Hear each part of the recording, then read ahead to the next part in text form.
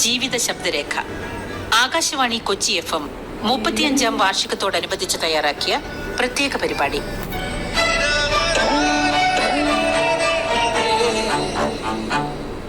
സാമൂഹ്യ ജീവിതത്തിലെ പ്രതിസന്ധികളെ മറികടക്കാൻ പുതുവഴി അന്വേഷിക്കുന്നവരുടെ അനുഭവങ്ങളും കാഴ്ചപ്പാടുകളും.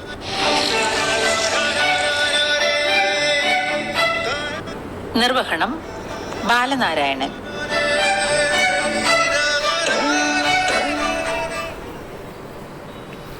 പ്രിയപ്പെട്ടവരെ, എല്ലാവർക്കും നമസ്കാരം. നമ്മളുടെ ഈ പരിപാടി ഒരുപാട് പേർക്ക് ഇഷ്ടപ്പെടുന്നു എന്നറിയുന്നത് നമ്മൾ ഇന്നലെ കിസാൻ ദിവസ് കുട്ടമ്പുഴ പരിപാടി അവിടെ ആദിവാസി സമൂഹത്തിന് വേണ്ടിയിട്ട് കൊച്ചി FM അതുപോലെ തന്നെ സ്വിഫ്റ്റ് ഇവരൊക്കെ ചേർന്നൊരു അവരുടെ മത്സ്യ കൃഷിയുമായി ബന്ധപ്പെട്ടിട്ട് ജലാശയങ്ങളുമായി ബന്ധപ്പെടുത്തി എന്ത് ചെയ്യാനാകും എന്നുള്ളൊരു ആലോചനയിലായിരുന്നു. അപ്പോൾ ഞങ്ങളൊരു 9:30 നേരത്തെ തലേദിവസം പോയി ഒരുക്കങ്ങളൊക്കെ പൂർത്തീകരിച്ച് രാവിലെ അവിടെ എത്തിയപ്പോൾ കൊച്ചി FM-ൻ്റെ പരിപാടി കേട്ട് അവിടെ എത്തിയിട്ടുള്ള ഒരു ഫാദർ ഞങ്ങളെ സ്വീകരിച്ചുകൊണ്ട് പറഞ്ഞു, കൊച്ചി FM ഞങ്ങൾ ഇന്നും കേൾക്കാറുണ്ട്, നമ്മളുടെ കുട്ടികളെ കേൾപ്പിക്കാറുണ്ട്. നിങ്ങൾ മുന്നോട്ട് വെക്കുന്ന അതേ ആശയങ്ങൾ അത് ഞങ്ങൾക്ക് കുട്ടികളുടെ ഇടയിലൂടെ പ്രവർത്തിക്കാനും കുട്ടികൾക്കത് കൂടുതൽ പ്രയോജനപ്രദമാവുന്ന രീതിയിലേക്ക് മാറ്റി തീർക്കാനും സാധിക്കുന്നുണ്ട്. അതിൻ്റെ കൃതജ്ഞത പറയാൻ വന്നതാണ്. അപ്പോൾ ഞാൻ പറഞ്ഞ എന്നോടല്ല കൃതജ്ഞത, എന്നോട് മാത്രമല്ല കൊച്ചി FM-ൽ എല്ലാവരോടും അതുപോലെ തന്നെ നമ്മുടെ ശ്രോതാക്കളോടും. കാരണം ഇതിന് നമുക്ക് അടിസ്ഥാനമായിട്ട് നിലനിർത്തി കൊണ്ടുപോകാൻ സാധിക്കുന്നത് ജനങ്ങളുടെ ഒരു പിന്തുണ ഉള്ളത് കൊണ്ടാണ്. എന്തായാലും നമുക്ക് അദ്ദേഹത്തെ കേൾക്കാം. എന്തുകൊണ്ടാണ് നമ്മൾ പലപ്പോഴും ഈ പരിപാടിയിൽ പറയാറുള്ളതാണ്, നമ്മുടെ കൃതജ്ഞത അത് നമ്മുടെ മനസ്സിൽ ഉത്ഭവിക്കുമ്പോഴാണ് നമ്മുടെ ജീവിതത്തിൽ ഒരുപാട് മാറ്റങ്ങൾ ഉണ്ടാവുന്നത്. അത് എല്ലാറ്റിനോടും നമ്മൾ രാവിലെ നല്ല വെള്ളം കിട്ടുമ്പോൾ, നല്ല വായു ശ്വസിച്ച്, നല്ല ഭക്ഷണം കഴിച്ച് നമ്മൾ മുന്നോട്ട് പോകുമ്പോൾ അത് കൃതജ്ഞതയോടുകൂടി ഓർമ്മിക്കുമ്പോഴാണ് നമുക്കതിൻ്റെ മറ്റ് രീതിയിലുള്ള സൗഭാഗ്യങ്ങളൊക്കെ തന്നെ വരിക. എന്തായാലും ഫാദർ നമ്മുടെ കൂടെ ലൈനിലുണ്ട്. നമുക്ക് അദ്ദേഹത്തോട് സംസാരിക്കാം. കാരണം ശ്രോതാക്കൾ അറിയണം അദ്ദേഹം പ്രധാനമായിട്ടും എന്താണ് ചെയ്യുന്നത്, എന്തുകൊണ്ട് ചെയ്യുന്നു എന്നുള്ളത് നമുക്ക് കേൾക്കാം. നമസ്കാരം ഫാദർ. നമസ്കാരം. ഫാദർ ഒന്ന് പരിചയപ്പെടുത്താവോ നമ്മുടെ ഈ പരിപാടിയിൽ ഇത് കേൾക്കുന്ന ശ്രോതാക്കളെ? ഒന്ന് സ്വയം ഒന്ന് പരിചയപ്പെടുത്താവോ? കോടനാടുള്ള ബസേലോ സൗഖ്യൻ പബ്ലിക് സ്കൂളിന്റെ മാനേജർ എന്ന നിലയിലാണ് കുട്ടികളുടെ ഇടയിൽ പ്രത്യേകിച്ച് ഒരു ബദൽ ജീവിതരേഖ ഉണ്ടാക്കണമെന്ന് ആഗ്രഹിക്കുന്ന ഒരാളാണ്. അതിന് FM റേഡിയോയെ ധാരാളമായിട്ട് ആശ്രയിക്കുന്ന ഒരാൾ കൂടിയാണ് ഞാൻ. FM റേഡിയോയുടെ ഈ സംസാരിക്കുന്ന സാർ ഉൾപ്പെടെയുള്ളവര് അറിയാതെ ഞങ്ങൾ ദൂരെ ഇരുന്ന് ഇതെല്ലാം കാണുകയും കേൾക്കുകയും ഞങ്ങളത് ജീവിതത്തിൽ പകർത്താൻ ശ്രമിക്കുകയും ചെയ്തുകൊണ്ടിരിക്കുന്ന ഒരു വ്യക്തി കൂടിയാണ്. പിന്നെ ബേസിക്കലി ഞാനൊരു സാമൂഹ്യ പ്രവർത്തകനും കൂടിയാണ്. അങ്ങ് സാമൂഹ്യ പ്രവർത്തനത്തിൽ ഡോക്ടറേറ്റ് എടുത്തിട്ടുണ്ട് എന്നാണ് ഞാൻ മനസ്സിലാക്കുന്നത്, ശരിയാണോ? ഞാൻ സോഷ്യൽ MSW ആണ് കഴിഞ്ഞത്. അതിനുശേഷം പിന്നെ LLB ചെയ്തു, അഡ്വക്കേറ്റ് ആണ്. പിന്നെ ജേർണലിസം ചെയ്തു. പിന്നെ MTM എന്ന് പറയുന്ന ഒരു കോഴ്സ് ചെയ്തിട്ടുണ്ട്, മാസ്റ്റർ ഓഫ് ടൂറിസം മാനേജ്മെന്റ്.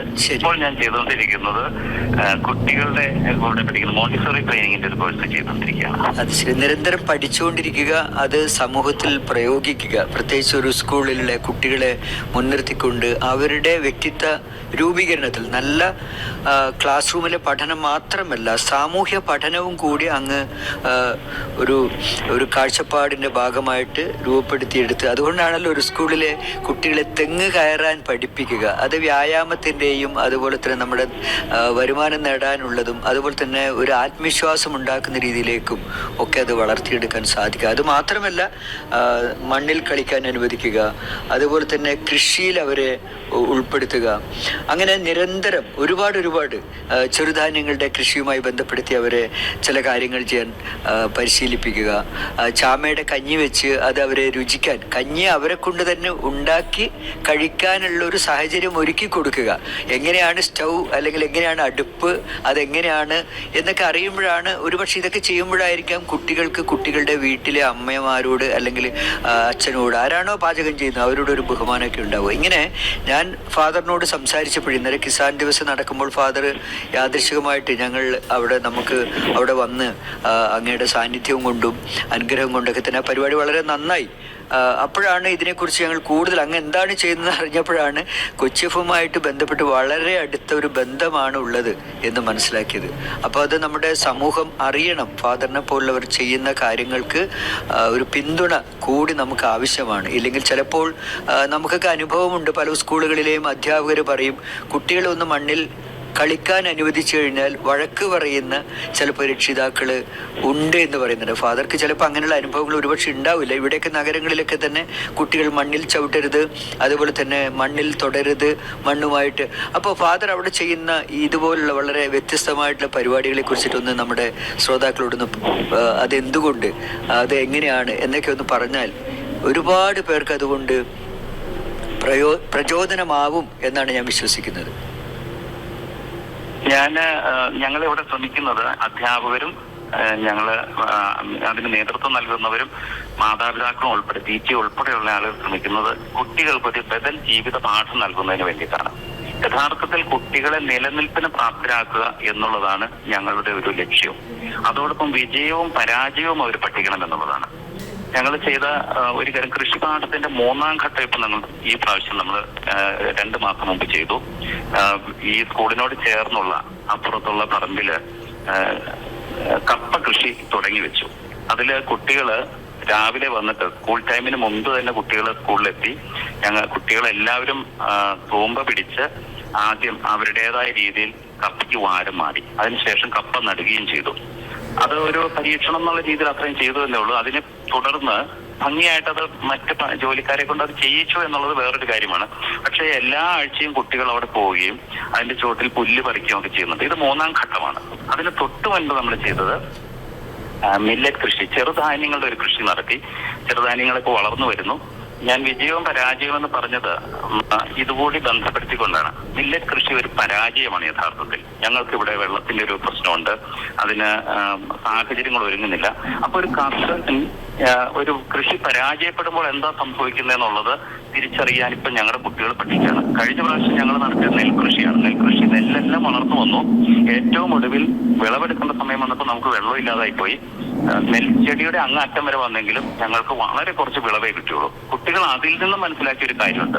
ഒരു കർഷകൻ, ഈ കുട്ടികൾ തന്നെയാണ് ആദ്യം മുതൽ നെല്ലിന് വെള്ളം തളിച്ചതും എല്ലാം ഇവര് തന്നെ ചെയ്ത്, മോട്ടർ അടിച്ച് വെള്ളമൊക്കെ തളിച്ചു. പക്ഷെ അവസാനം നമുക്ക് കിണറ്റിൽ വെള്ളം ഇല്ലാതായി പോയ സമയത്തും കുട്ടികൾക്ക് ഒരു സങ്കടമായിരുന്നു. വിളവെടുത്തപ്പോൾ ഞങ്ങൾ കൃഷി ചെയ്ത് അത്രയും വിത്ത് തന്നെ ഞങ്ങൾക്ക് തിരിച്ചു കിട്ടിയുള്ളൂ. പക്ഷെ കുട്ടികൾ ഒരു കാര്യം പഠിച്ചു, ഒരു കർഷകന്റെ വേദന എന്താണ്, പരാജയപ്പെടുമ്പോൾ കുട്ടികൾക്കുണ്ടാകുന്ന ഒരു വിഷമം എന്താണ്, അതെല്ലാം കുട്ടികൾ ഞങ്ങളോട് പങ്കുവെച്ചു.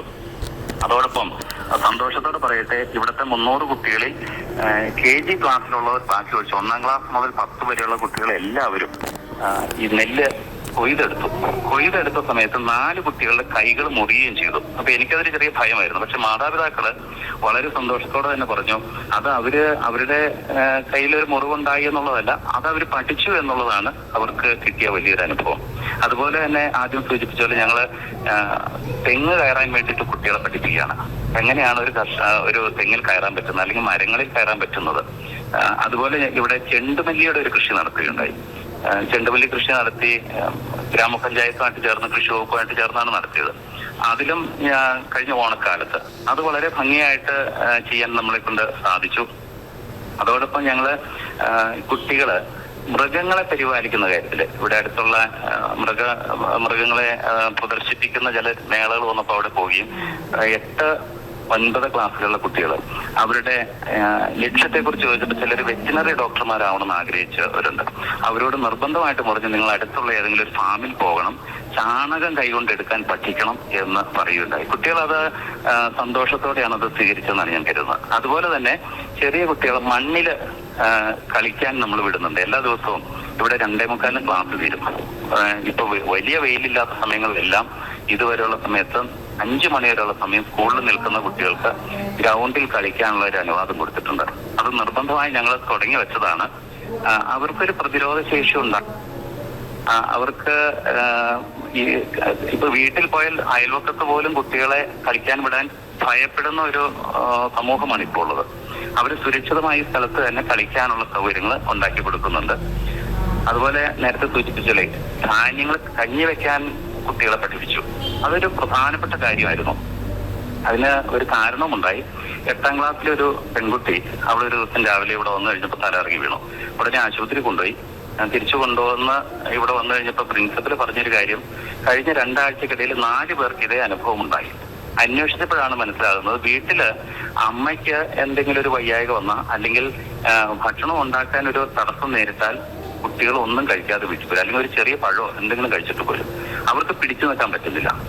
അത് അമ്മയുടെ അസുഖത്തിന്റെ സമയത്ത് ഇവര് ആ അടുക്കളയിലെ കാര്യങ്ങൾ കൈകാര്യം ചെയ്യണമെന്നുള്ള ആഗ്രഹത്തോടുകൂടി പിറ്റേ ദിവസം 10ാം ക്ലാസ്സിന് ട്രെയിനിങ് കൊടുത്തു. 10ലെ കുട്ടികൾ രാവിലെ വന്നു. ഒരു പീരീഡ് കഴിഞ്ഞപ്പോൾ പോയി അവര് അരി കഴുകി കുക്കറിൽ വെച്ചു. അതോടൊപ്പം റെഗുലേറ്റർ പിടിപ്പിക്കാൻ അവരെ പഠിപ്പിച്ചു. ഗ്യാസ് റെഗുലേറ്റർ എങ്ങനെ പിടിപ്പിക്കാന്നുള്ളത് പഠിപ്പിച്ചു. അത് കഴിഞ്ഞു. അതിനുശേഷം അവർ ക്ലാസ്സിൽ പോയി. പിന്നീട് ഉച്ചയായപ്പോഴേക്കും അത് വെന്ത സമയത്ത് ഇവിടുത്തെ ഓഫീസിലുള്ളവർ പോയി അത് ഓഫ് ചെയ്തു. ഉച്ചയ്ക്ക് കുട്ടികൾ വന്നിട്ട് അവര് തന്നെ അത് വിളമ്പി കൊടുത്തു. അവരവിടെ ഇരുന്ന് ഭക്ഷിച്ചു. പാത്രങ്ങളെല്ലാം അവിടെ വെച്ചിട്ട് പോയി. ക്ലാസ് കഴിഞ്ഞ സമയത്ത് ഇവരെല്ലാം തിരിച്ചു വന്ന്, ആൺകുട്ടികളും പെൺകുട്ടികളും അവരെല്ലാം തിരിച്ചു വന്ന് ഈ പാത്രങ്ങളെല്ലാം കഴുകി വെച്ചു. അത് ആദ്യത്തെ ദിവസം. ഇങ്ങനെ 10ാം ക്ലാസ് മുതൽ 1ാം ക്ലാസ് വരെ ഞങ്ങളിത് ചെയ്യിക്കുകയുണ്ടായി. കുട്ടികൾക്ക് പലപ്പോഴും ഈ കാര്യങ്ങളെല്ലാം ചെയ്യാൻ വലിയ സന്തോഷമാണ്. അവർക്ക് അതൊരു അനുഭവ പാഠം തന്നെയാണ്. അതുപോലെ തന്നെ ഞങ്ങൾ നടത്തിയ ഒരു കാര്യം, കുട്ടികൾക്ക് ബേസിക് ആയിട്ടുള്ള സ്കില്ലുകൾ, ഇപ്പൊ ഒരു ഫ്യൂസ് കെട്ടാൻ വേണ്ടി പഠിപ്പിക്കുക, അല്ലെങ്കിൽ ഒരു ബൾബ് മാറ്റിയിടാൻ പഠിപ്പിക്കുക, അതുപോലെ ഒരു പൈപ്പ് ഒന്ന് കട്ട് ചെയ്തെടുക്കാൻ പഠിപ്പിക്കുക, ഇങ്ങനെയുള്ള കാര്യങ്ങൾ ചെയ്തു. എനിക്ക് വളരെ സന്തോഷമായിട്ട് തോന്നിയ ഒരു കാര്യം, 10ാം ക്ലാസ്സിലെ ഒരു പെൺകുട്ടി പറഞ്ഞാണ്, എന്റെ ജീവിതത്തിൽ ആദ്യമായിട്ടാണ് ഞാൻ ഒരു ഹോൾഡറിൽ ഒരു ബൾബ് ഇടുന്നത്. അത് ആ കുട്ടിയുടെ ജീവിതത്തിൽ ഉണ്ടായ ഒരു വലിയ അനുഭവമായിട്ട് തന്നെ ഞാൻ കരുതുകയാണ്. ഇപ്പൊ ഞങ്ങളുടെ കുട്ടികൾക്ക് അതിനൊന്നും ഒരു ഭയമില്ലാതെ ഇങ്ങനെയുള്ള കാര്യങ്ങളെല്ലാം ചെയ്യാൻ കഴിയും. അതിന് ഞങ്ങൾ അവരെ പ്രാപ്തരാക്കിക്കൊണ്ടിരിക്കുന്നു എന്നുള്ളതാണ് ഞങ്ങൾ ചെയ്യുന്നത്. വളരെ വളരെ സന്തോഷം ഫാദർ. ഇത് കേൾക്കുന്നവർക്ക് എല്ലാവർക്കും അറിയാം. നമ്മൾ പലപ്പോഴും പറയാറുണ്ട്, നമ്മുടെ സമൂഹത്തിൽ യുവതലമുറ പലപ്പോഴും നമ്മൾ ഉദ്ദേശിക്കുന്ന രീതിയിൽ പല മേഖലകളിൽ വളരെ ചെയ്യുന്നുണ്ടാവും. പക്ഷെ ചില മേഖലകളിൽ പ്രാഥമികമായിട്ട് ചെയ്യേണ്ട കാര്യങ്ങൾ അവരുടെ ജീവിതവുമായി ബന്ധപ്പെട്ടത് അത് അറിയുന്നില്ല എന്നൊരു സങ്കടം പറയാറുണ്ട്. നമുക്കും പല അനുഭവങ്ങളുണ്ട്, കുറച്ച് പേരുണ്ട്. അതിന് കാരണം നമ്മൾ പലപ്പോഴും പറയാറുണ്ട്, അവർ വളർന്നു വരുന്ന സാഹചര്യം, അവർ പോകുന്ന സ്കൂള്, വീട്, ഇവിടുന്ന് അവർ ആർജിക്കുന്ന പല തലങ്ങളിലുള്ള നമ്മുടെ പഠനം മാത്രം ഫോക്കസ് ചെയ്യുമ്പോൾ ഒരു നല്ല മാർക്ക് വാങ്ങി വിജയിക്കുന്ന ഒരു കുട്ടിക്ക് ചിലപ്പോൾ രാവിലെ ഇപ്പോൾ എറണാകുളത്ത് ഒരു ഇലക്ട്രീഷ്യൻ ഒരു വീട്ടിൽ വിളിച്ചാൽ ചെറിയ കാര്യങ്ങളായിരിക്കാം. ചിലപ്പോൾ നമ്മൾ ഒരു 3 മണിക്കൂർ 4 മണിക്കൂർ കാത്തിരുന്ന് നല്ല ഒരു പ്രതിഫലം കൊടുത്താൽ മാത്രമേ നമുക്ക് കിട്ടുകയുള്ളൂ. പ്രതിഫലം കൊടുത്താൽ പോലും പല കാര്യങ്ങളുമായി ബന്ധപ്പെടുത്തി നമുക്ക് അവരെ നമ്മുടെ സമയത്തിന് കിട്ടണമെന്നില്ല. അപ്പം നമ്മുടെ സമയനഷ്ടം, നമ്മുടെ സാമ്പത്തികമായിട്ട് നമ്മളതിന് കൊടുക്കേണ്ടി വരുന്ന വില, പിന്നെ ഉണ്ടാകുന്ന അസ്വസ്ഥത, ഇതൊക്കെ നമുക്കറിയാം. പക്ഷേ ഇപ്പോൾ ഫാദർ പറഞ്ഞതുപോലെ ഒരു കുട്ടിയെ ചെറിയ ചെറിയ കാര്യങ്ങൾ പഠിപ്പിച്ച് ഇതിൽ പഠിപ്പിക്കുക, അവരുടെ അനുഭവം എന്ന് പറയുന്നത് അവർക്കുണ്ടാകുന്ന ആത്മവിശ്വാസമാണ് ഇതിൽ വളരെ വളരെ വളരെ പ്രധാനം. അവർ ജീവിതത്തിൽ അച്ഛനും അമ്മയും ഇല്ലാത്തൊരു സാഹചര്യത്തിൽ ഇത്തരം കാര്യങ്ങൾ ചെയ്യേണ്ടി വരുമ്പോൾ അവർ എന്താണ് ചെയ്യേണ്ടത് എന്നുള്ളൊരു വിവേകം ഉദിക്കണമെങ്കിൽ നമ്മൾ ഇതുപോലെ ഫാദറിനെ പോലുള്ളവരുടെ ഒരു കാഴ്ചപ്പാടിൽ കുട്ടികളെ അതിലേക്ക് കൊണ്ടുവരിക തന്നെ ചെയ്യണം. ഞാൻ പല രക്ഷിതാക്കളെയും കണ്ടിട്ടുണ്ട്. അവർ എൻ്റെ മകനെ ഒരു ചായ വെക്കാൻ അറിയില്ല, എൻ്റെ മകൾക്കൊരു ചായ വെക്കാൻ അറിയില്ല. അവരെല്ലാം ഇങ്ങനെ അവസാനം നമ്മൾ ഏതെങ്കിലും ഒരു കൃത്രിമമായിട്ട് ഉണ്ടാക്കുന്ന ഭക്ഷണങ്ങൾ കഴിച്ച് ആരോഗ്യം കളഞ്ഞ് ഇങ്ങനെ രോഗികളായി, ചെറുപ്പത്തിലെ രോഗികളാകുന്ന ഒരു സമൂഹമായി കേരളം മാറിക്കൊണ്ടിരിക്കുമ്പോഴാണ് നമ്മളിങ്ങനെ നേരത്തെ നമ്മൾ പറഞ്ഞതുപോലെ കേരളീയ ജീവിതത്തിൽ നമ്മൾ നേരിടുന്ന പ്രതിസന്ധി മറികടക്കണമെങ്കിൽ പല തലങ്ങളിലും നമ്മളത് ആലോചിച്ച് എവിടെയൊക്കെ എങ്ങനെയൊക്കെ സാധ്യമാണ്. ചിലപ്പോൾ ഒരു ചെറിയ സംഘടനയായിരിക്കും, ചിലപ്പോൾ നമ്മൾ ഇതുപോലെ ഫാദറിനെ പോലുള്ളവർ മുൻകൈ എടുത്ത് നടത്തുന്ന ഒരു വിദ്യാലയത്തിലായിരിക്കും ഇത് സാധ്യമാവുന്നത്. അവിടെയുള്ള കുട്ടികൾ, അത് നമ്മൾ നമ്മുടെ സമൂഹത്തെയും നമ്മുടെ ചുറ്റുപാടുള്ളവരെയും നെഞ്ചോട് ചേർത്ത് പിടിച്ച് അവരെ കൊണ്ട് ജീവിതത്തിൽ മറ്റുള്ളവർക്ക് ഒരു ഉപകാരവും അവർക്കും ജീവിതത്തിൽ ഒരു സന്തോഷവും ഒക്കെ ഉണ്ടാവണം എന്ന് വിചാരിക്കുമ്പോഴാണ് തീർച്ചയായിട്ടും ഇങ്ങനെയൊക്കെ ചെയ്യാൻ സാധിക്കുക. ഞാൻ മനസ്സിലാക്കിയ ഒരു കാര്യം ഫാദർ ഇന്നലെ പറഞ്ഞു, അവിടെയുള്ള എല്ലാ ടീച്ചേഴ്സിനും ട്രാക്ടർ ഓടിക്കാൻ അറിയാമെന്ന് പറഞ്ഞു. അപ്പോൾ നമുക്കൊരു ടീം വർക്ക്, ഇപ്പോൾ കൊച്ചി എഫ്എമ്മിൽ അങ്ങനെയാണ്. നമ്മളിപ്പോൾ ഓടി വന്നവർ ചെയ്യുമ്പോൾ നമ്മുടെ കൺട്രോൾ റൂമിലുള്ള എൻജിനീയേഴ്സ് അവരുടെ നല്ല വാക്കുകളായിരിക്കാം ഒരു പക്ഷേ എന്നെ നല്ല രീതിയിൽ അത് പരിപാടികൾ ചെയ്യാൻ എനിക്കൊരു കരുത്ത് നൽകുന്നത്, അല്ലെങ്കിൽ ഇവിടെയുള്ള അനൗൺസർമാർ, അല്ലെങ്കിൽ എൻ്റെ കൂടെയുള്ള ഓഫീസിലുള്ള എൻ്റെ സുഹൃത്തുക്കൾ. അപ്പോൾ നമുക്ക് ഈ പ്രാഥമികമായിട്ട് നമ്മൾ ഇടപഴകുന്ന സ്ഥലങ്ങളിൽ തന്നെ നമുക്ക് കിട്ടുന്നൊരു പിന്തുണ, എനിക്ക് തോന്നുന്നു ഫാദർ അവിടെ അത് നമ്മൾക്ക് ഉണ്ടായി വരുന്ന ഒരു സാഹചര്യത്തെ നല്ല രീതിയിലേക്ക് മുന്നോട്ട് കൊണ്ടുപോകാനും നല്ല നല്ല കാര്യങ്ങൾ ചെയ്യാനും ഒരു സ്ഥാപനം എന്നുള്ള രീതിയിൽ നമുക്ക് സാധിക്കും അല്ലേ. അവിടെയുള്ള ടീച്ചേഴ്സൊക്കെ നല്ല രീതിയിൽ സഹകരിക്കുന്നു, PTA നല്ല രീതിയിൽ സഹകരിക്കുന്നു. അപ്പോൾ ഇത് കേൾക്കുന്ന നമുക്കറിയാം നമ്മുടെ ചുറ്റുപാടുമുള്ള സ്കൂളുകളിലൊക്കെ ഈ ഒരു കാഴ്ചപ്പാടോടുകൂടി ഇത്തരം കാര്യങ്ങൾ, നമുക്ക് സമയമില്ല എന്ന് പറയുന്നു, രക്ഷിതാക്കൾക്ക് സമയമില്ല, അതുപോലെ തന്നെ പലരും ഇപ്പോൾ സമയമില്ല എന്ന് പറയുന്നവർക്ക് അത് അവർ തെറ്റായിട്ടുള്ളൊരു പ്രയോഗമാണ് എന്ന് മനസ്സിലാക്കിക്കൊണ്ട്, നമ്മളിപ്പോൾ പറയില്ല എൻ്റെ ഓർമ്മ എനിക്ക് കുറവുണ്ട് പറഞ്ഞ് നമ്മൾ ഓർമ്മക്കുറവിലേക്ക് നടന്നടുക്കുന്ന ഒരു സമൂഹമാണ്. അത് വിവേകം നഷ്ടപ്പെട്ടു പോകുന്ന ഒരു സമൂഹത്തിലുള്ളൊരു ദുരന്തമാണ് നമ്മൾ മനസ്സിലാക്കണം. അപ്പോൾ ടീച്ചേഴ്സിൻ്റെ ഒരു സഹകരണം, PTA ഒരു സഹകരണം, ഫാദർ ഇത്രയൊക്കെ പഠിച്ചു, സോഷ്യൽ വർക്ക് പഠിച്ചു, അതുപോലെ തന്നെ ഒരുപാട് പല മേഖലകളെക്കുറിച്ച് പഠിച്ചു. അതിനുശേഷമാണ് ഒരു സ്കൂൾ വന്ന് ഇതിൻ്റെ ഒരു നേതൃത്വം കൊടുത്തുകൊണ്ട് ഇങ്ങനെയൊക്കെ കുട്ടികളെ ഈ രീതിയിലേക്ക് ഒരു ചെറിയൊരു മുറിവ്, ചെറിയൊരു മണ്ണ് പുരണ്ട് പോകുമ്പോൾ അതുണ്ടാക്കുന്ന ഇമ്മ്യൂണിറ്റിയും ആത്മവിശ്വാസവും എന്താണ്, അത്തരം സന്ദർഭങ്ങൾ അവർക്ക് നന്നായി കൈകാര്യം ചെയ്യാനുള്ള ഒരു കരുത്താണ് നൽകുന്നത്. അതാണ് ശരിയായ എഡ്യൂക്കേഷൻ എന്ന് നമ്മൾ തിരിച്ചറിയുമ്പോഴാണ് ഇതിൻ്റെ ഒരു പ്രാധാന്യം നമുക്ക് മനസ്സിലാവുക. ടീച്ചേഴ്സിൻ്റെ ഒരു സഹകരണം, അവരുടെ ഒരു മനോഭാവം അതുകൂടി ഒന്ന് പറഞ്ഞാൽ വളരെ സന്തോഷമായിരിക്കും. ടീച്ചർമാര് 100% അവര് എന്തെല്ലാം കുട്ടികൾക്ക് ചെയ്തു കൊടുക്കാമോ അതെല്ലാം പറയുമ്പോൾ തന്നെ അവര് മുന്നിൽ എടുത്തു ചാടുന്ന ഒരു രീതിയാണ് ഞാൻ കണ്ടിട്ടുള്ളത്. സാധാരണ അധ്യാപകരോട് പറയുമ്പോൾ അത് സാധാരണ അക്കാദമിക് കാര്യങ്ങളിൽ ഒഴിച്ച് ബാക്കി കാര്യങ്ങളിലേക്ക് ഇവരൊരു ശ്രദ്ധ വരാറില്ലായിരുന്നു. പക്ഷെ ഈ സ്കൂളിലെ ടീച്ചർമാര് 16 പേരും ട്രാക്ടർ ഓടിക്കാൻ പഠിച്ചു. അതൊരു സ്കീമിൽ, ഗവൺമെന്റ് ഒരു സ്കീമിൽ തന്നെ ഇവിടെ ഞങ്ങൾക്ക് കിട്ടിയതാണ്. എല്ലാ ടീച്ചർമാരും അത് ട്രാക്ടർ ഓടിക്കാൻ പഠിക്കുകയും അവര് അതിനുള്ള സർട്ടിഫിക്കറ്റ് കരസ്ഥമാക്കുകയും ചെയ്തു.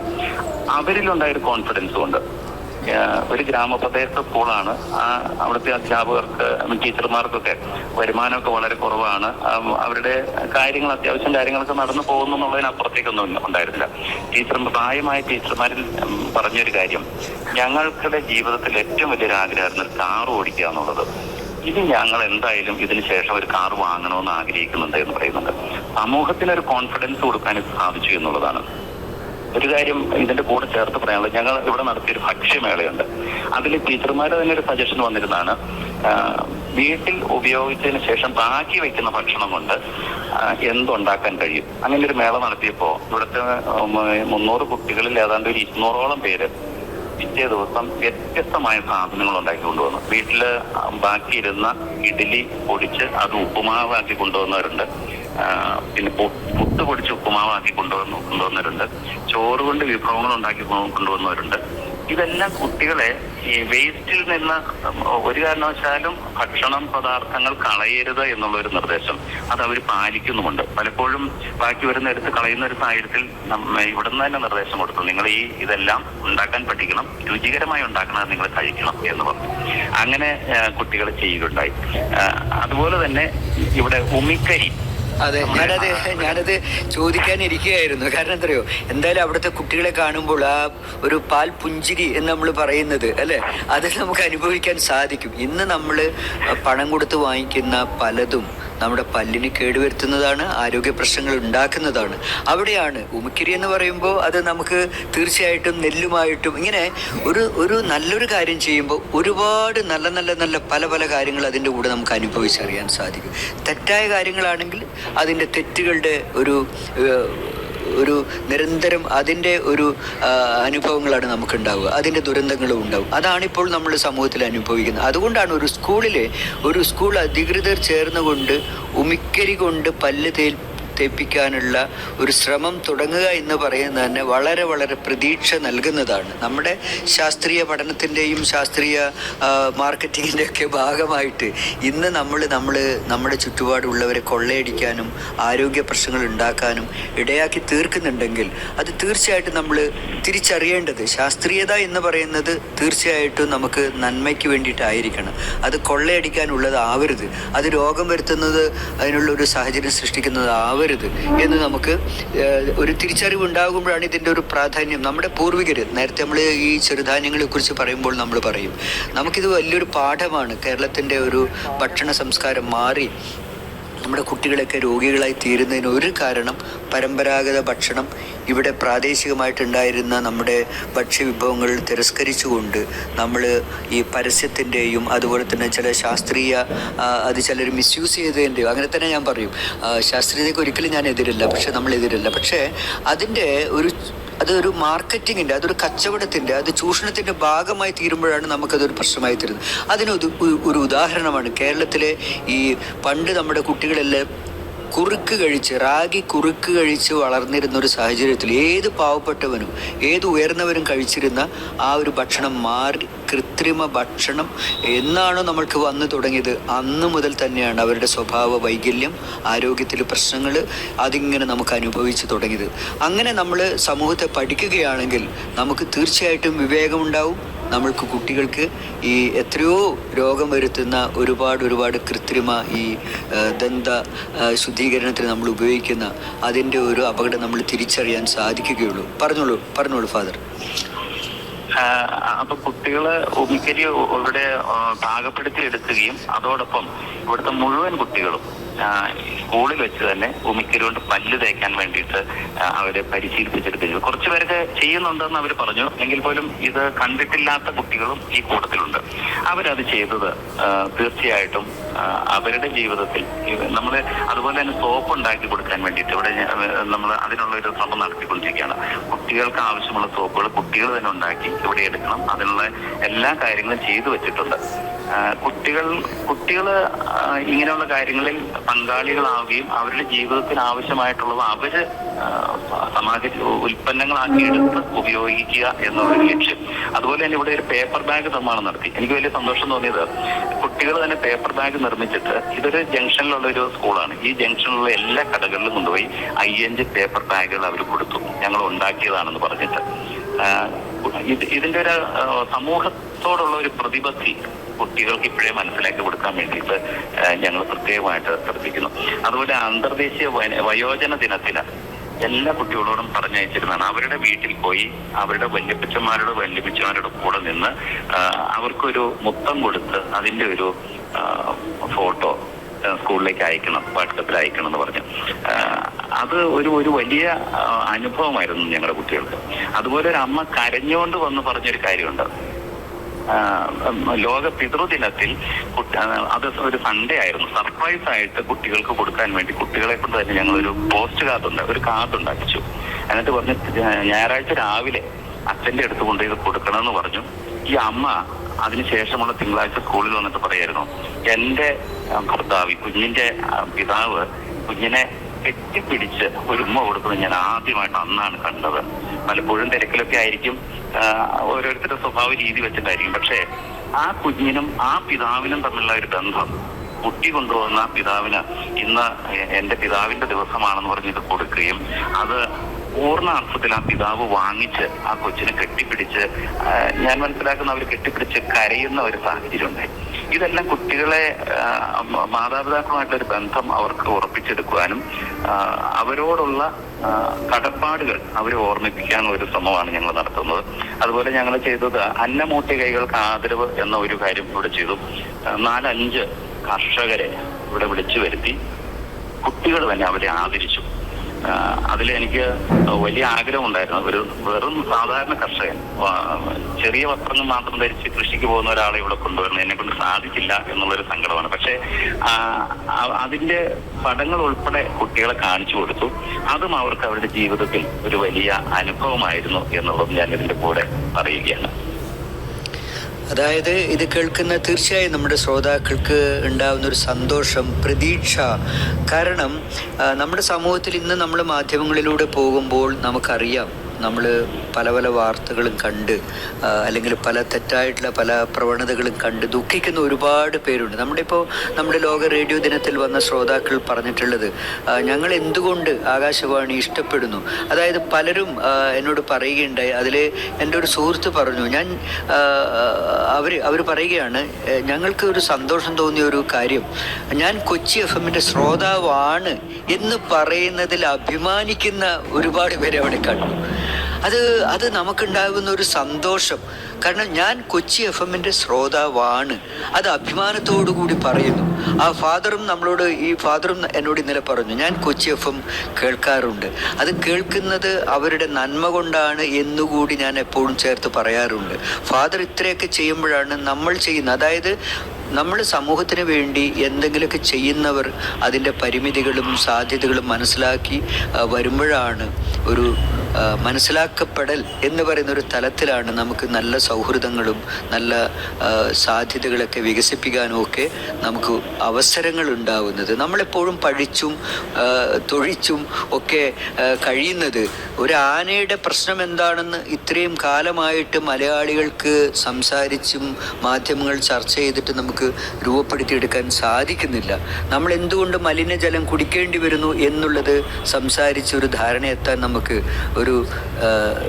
പറ്റിയിട്ടില്ല.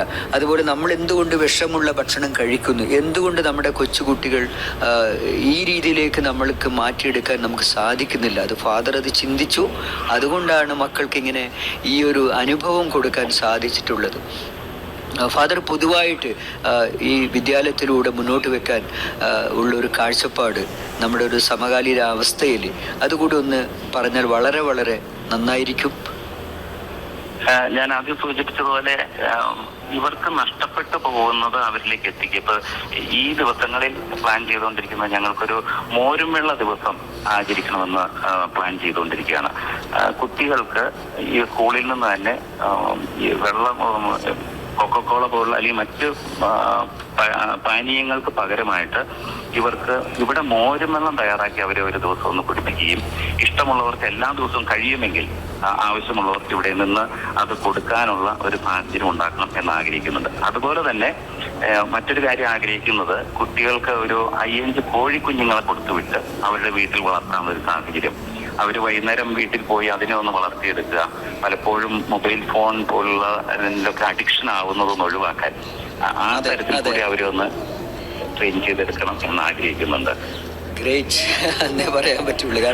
കാരണം ഇതൊക്കെ നമുക്ക് നമ്മൾ ഈ പരിപാടി ചെയ്യുമ്പോൾ തീർച്ചയായിട്ടും ഇതുപോലുള്ള അതായത് ഇത്തരം കാര്യങ്ങൾ നമ്മളൊരു പുഴ പോലെയാണ്. അതിങ്ങനെ ഒഴുകുമ്പോൾ അതിൽ പല പല അരുവികൾ വന്ന് ചേർന്ന് വലിയ പുഴയാകുന്നത് പോലെയാണ് ഈ പ്രക്ഷേപണം ഇപ്പോൾ മുന്നോട്ട് പോകുന്നത്.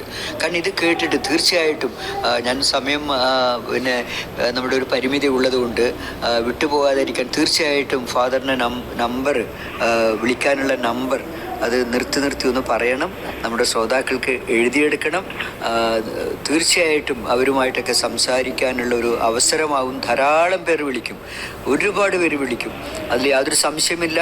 ഈ സ്കൂളിൻ്റെ പ്രവർത്തനങ്ങളിൽ തീർച്ചയായിട്ടും നമ്മുടെ ശ്രോതാക്കൾ പങ്കാളികളാകും.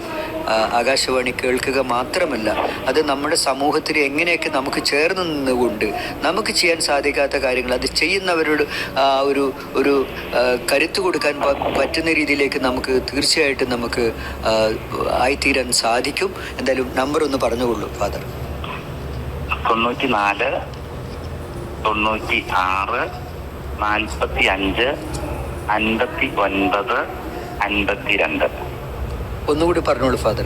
94 അതെ 96 ആ 45 59 52.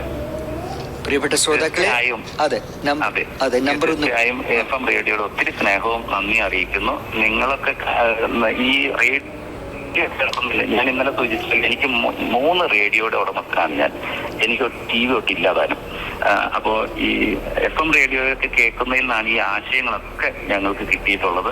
ഇനിയും ഇതുപോലുള്ള ആശയങ്ങൾ സമൂഹത്തിന് കൊടുക്കാൻ FM റേഡിയോയ്ക്കാകട്ടെ, ബാലാരായണൻ സാറിന്റെയും പിന്നെ ഉദയകുമാർ സാറിന്റെ ഒക്കെ നേതൃത്വത്തിലുള്ള FM റേഡിയോയ്ക്ക് ഇത് ധാരാളമായി സാധിക്കുന്ന ആശംസയ്ക്ക് പ്രാർത്ഥിക്കുകയും ചെയ്യുന്നു. എന്തായാലും വളരെ വളരെ സന്തോഷം. പ്രിയപ്പെട്ട ശ്രോതാക്കളെ, അറിയില്ലേ, നമുക്കിപ്പോ നമ്മളൊരു മോരും വെള്ളം കുട്ടികൾക്ക് കൊടുക്കുന്നതിലൂടെ നല്ല അവരുടെ വയറ് അല്ലെങ്കിൽ അവരുടെ ആരോഗ്യം നന്മയിലേക്ക് പോകുന്നു.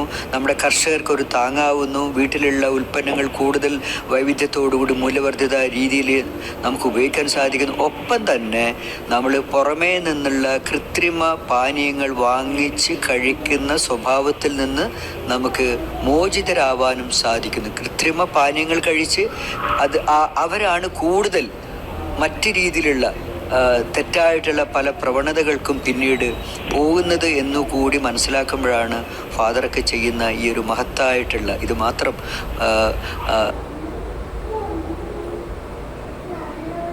നമുക്കങ്ങനെ ഒതുക്കി ചെറുതായിട്ട് കാണാൻ സാധിക്കില്ല. അപ്പോൾ ഈ ഫാദറിൻ്റെ നേതൃത്വത്തിൽ സ്കൂൾ മുന്നോട്ട് വയ്ക്കുന്ന ആശയങ്ങൾ, അത് കുട്ടികൾക്കുണ്ടാവുന്ന മാറ്റങ്ങൾ, അതിലൂടെ ഉണ്ടാവുന്ന ഒരു നല്ല സമൂഹം, അതിലൂടെ ഉണ്ടാവുന്ന ഒരു നല്ല ആരോഗ്യം, നമ്മുടെ കാർഷിക മേഖലയ്ക്ക് ഉണ്ടാവുന്ന ഒരു നന്മ, ഇങ്ങനെ ഒരു നന്മയിൽ നിന്ന് ഒരുപാട് നന്മകൾ ഉണ്ടാകുന്ന രീതിയിലേക്ക് നമ്മുടെ ജീവിതത്തെ മാറ്റി തീർക്കുമ്പോഴാണ് ഒരു മനുഷ്യനാവുന്നത് എന്നുകൂടി നാം തിരിച്ചറിയണം. നമുക്ക് മനുഷ്യരായി തീരാൻ വേണ്ടി ഫാദറിൻ്റെ ഈ ഒരു പ്രവർത്തനങ്ങൾക്ക് തീർച്ചയായിട്ടും നമുക്ക് പിന്തുണ കൊടുക്കണം. നമ്മളിത് അറിയണം. ഇതുപോലെ നമ്മുടെ മറ്റ് വിദ്യാലയങ്ങൾ കൂടി ആകുമ്പോഴാണ് നമ്മൾ എന്താണ്, കേരളീയ സമൂഹം എന്താണ് എന്നുള്ളത് പുറം ലോകം അറിയുകയുള്ളൂ. നേരത്തെ നമുക്ക് അങ്ങനെ കുറച്ച് സ്ഥലങ്ങളിലൊക്കെ അങ്ങനെ ഉണ്ടായിരുന്നു. അതാണ് നമ്മൾ നേരത്തെ ആഘോഷിച്ചിരുന്നത്. കേരളം ആരോഗ്യത്തിൽ ലോകത്തിൽ വളരെ ശ്രദ്ധേയമായ സംഭാവനകൾ നൽകി എന്നൊക്കെ നമ്മൾ പറയുമ്പോൾ അന്ന് അങ്ങനെ ഉണ്ടായിരുന്നെങ്കിൽ ഇന്ന് ജീവിതശൈലി രോഗത്തിൻ്റെ ഒരു തലസ്ഥാനം എന്നുള്ള രീതിയിലേക്ക് നമ്മൾ മാറുന്നുണ്ടെങ്കിൽ തീർച്ചയായിട്ടും നമ്മുടെ ജീവിതത്തെ തിരിച്ചു പിടിക്കാൻ നമ്മളെല്ലാവരും ഇതുപോലുള്ള പ്രവർത്തനങ്ങളിൽ പങ്കാളികളാവണം, സമയം കണ്ടെത്തണം എന്നുകൂടി അപേക്ഷിക്കുന്നു. അങ്ങനെ നമുക്ക് ആരോഗ്യത്തിലൂടെ, സമാധാനത്തിലൂടെ, സന്തോഷത്തിലൂടെ മുന്നോട്ട് പോകാം. ഫാദർ, അങ്ങയുടെ സ്കൂളിൻ്റെ പേരും അതുപോലെ തന്നെ അങ്ങയുടെ ഇതുമായി ബന്ധപ്പെട്ടിട്ടുള്ള നമ്മൾ ഇതുപോലുള്ള സ്ഥാപനങ്ങൾക്ക് പിന്തുണ കിട്ടാനും ഒക്കെ ആയിട്ട് ഒന്നുകൂടി പരിചയപ്പെടുത്തണം എന്ന് ഞാൻ ആഗ്രഹിക്കുന്നു. സ്കൂൾ എവിടെയാണ്? കോടനാട്. എറണാകുളം ജില്ലയിലെ കോടനാട്, മലയാറ്റൂരിനടുത്തുള്ള കോടനാടാണ് ഈ സ്കൂളിന്റെ പേര് ബത്തേരി സൗത്ത് പബ്ലിക് സ്കൂൾ എന്നാണ്. ഇവിടെ ആനക്കൊട്ടിലിനടുത്താണ്.